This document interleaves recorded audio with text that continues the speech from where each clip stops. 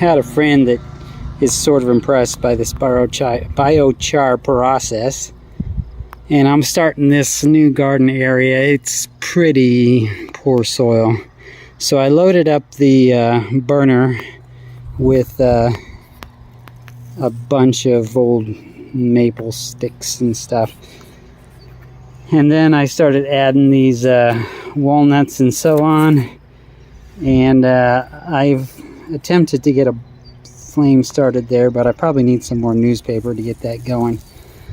But since this is just the beginning of it, I will get to that and come right back to you.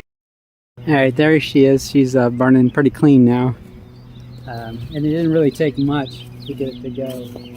This is very dry wood, and that's kind of one of the key elements to this. This is the burner section down here. This middle section is a heat exchanger from a furnace, and that allows air to enter here, and this is the chimney, sort of what's left of it. That has only seen better days. But what it does is it creates heat down here, more heat here, and then an exit up there, and you can see there's like no fire whatsoever. I'm going to add a few more walnuts to it. See if we can get it.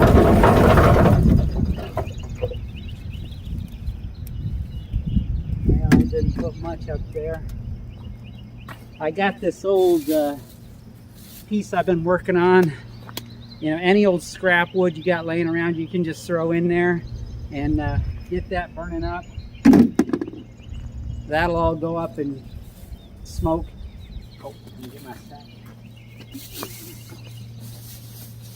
But I was trying to get it to show you a little bit of smoke. But because of the efficiency of this thing, there really isn't much smoke. And those walnuts, they come and help fill in down below for some of the heating down there. But we'll let this run for a couple hours. And I can tell you already, this is sort of uncomfortable to stand this close to it, and it's a kind of cool day today. But you won't want to, you know, spend a lot of time around this. But once it burns down, then you're going to want to, you know, shut it off. Either put a piece of metal over the top, close up the bottom. So this is an updraft top fired unit, which means the fire is built on top. It's got holes in the bottom. It lets air come all the way up through it. Pretty simple system. Once it gets going, you pretty much just forget it until you need to put it out. And when you put it out, I suppose you could use water or whatever, but generally you want to smother this to maintain the heat in there to keep cooking that biochar. And then that charred wood will produce, you know, lots of carbon sequestered inside that bituminous material in there, and then we'll spread that out on the garden. That'll help retain water and nutrients, make your garden better. If you want, build yourself one of these, cut a round hole in the top of your barrel, a bunch of holes for ventilation around the underside, and you'll have to kind of judge how many is enough for that. And then, you know, any kind of small stack, you want that to be pretty substantial metal right there, because it's going to take a lot of heat. And then I'm just using this old trash can for the chimney part. And truthfully, I probably don't even need that, but flames do come up beyond the heat exchanger sometimes. And once this gets burned down, we'll put a top on it, close it up tight, seal all the gaps around the bottom so no air can get in, no air can get out, and then just let it sit there and cook for, you know, sometimes overnight, and then just take the biochar out in the morning. Hey, thanks for watching. Like and subscribe. You know the drill. Okay, now I've turned it upside down to start to put it out so that I can seal up all the air pockets, air holes, whatever. So now I'm going to have to cover it and get everything sealed off.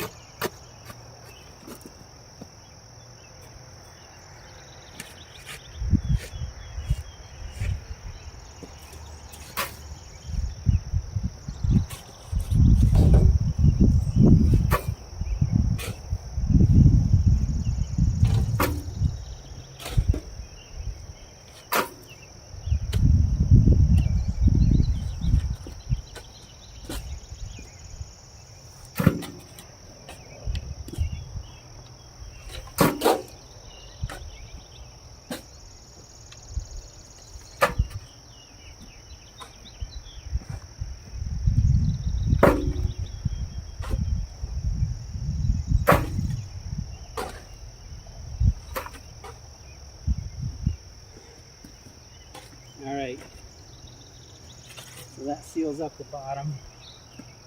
Now I'm going to take this piece of metal that it was sitting on and put it on top.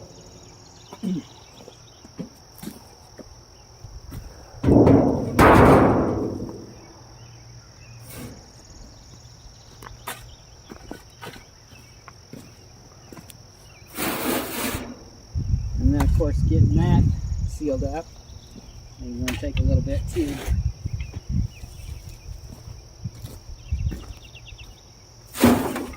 Now, I have done this before with rocks and different things like that, but it's going to rain pretty soon, so I figured I'd just put dirt on there.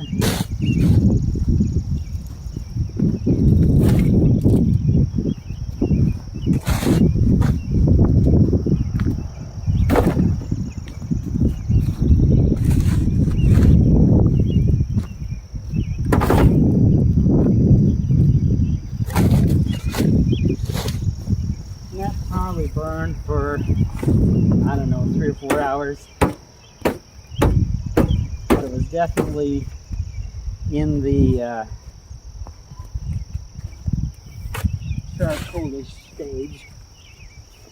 I don't think I'm going to have too much trouble with a lot of it not being burned up.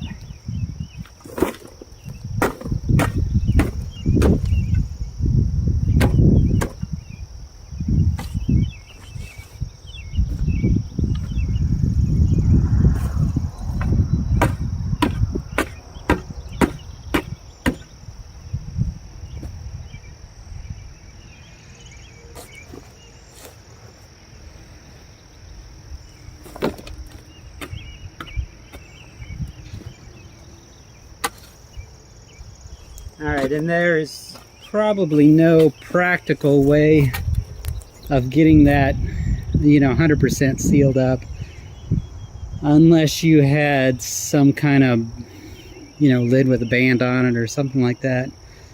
But that will, smoke for a while, and I'll come back in a few hours and see how it did. Alright, you can see I sort of piled up enough dirt on there that it quit smoking altogether, but that was quite a lot of dirt, so we got to get that off and take a look at how we did on this batch of biochar. And it did rain, but it's not wet.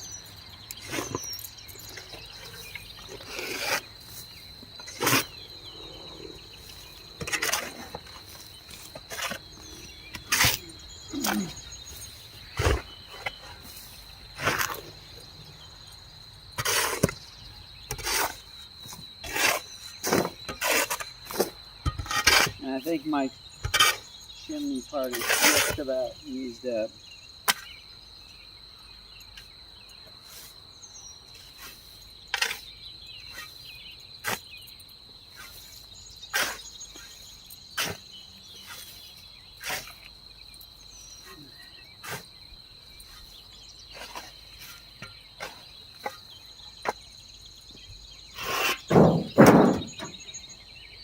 it is still quite warm. So I didn't do anything to stop the fire other than just take away the oxygen. So it's still heating.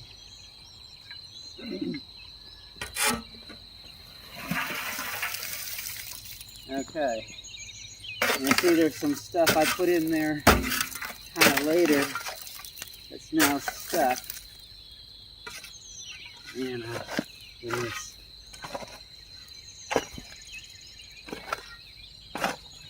You can see that a lot of this is now just charcoal. And there are some videos that say somehow charcoal and biochar are different. I don't know that I believe that or even know that it could be different. But anything that's not burned up will get sent back into the next batch. But you can see even bigger pieces like that are just, totally burned through. And some of this stuff I just put on at the very end because I could, I guess. But I'll have to sort through that and see what is biochar, what is not, and then start the next burn. But you can see that's a pretty good yield. Not a lot of ash in there, and a good bit of charcoal. That'll all have to get sort of crunched up. And I don't know, other than rototilling it in or just smashing it with a shovel, what gets that ground up into the fine particles, which is what you want. It's just dust to go incorporate with the soil to give it those properties that you want in rich garden soil. Oh, it's actually still on fire down in there.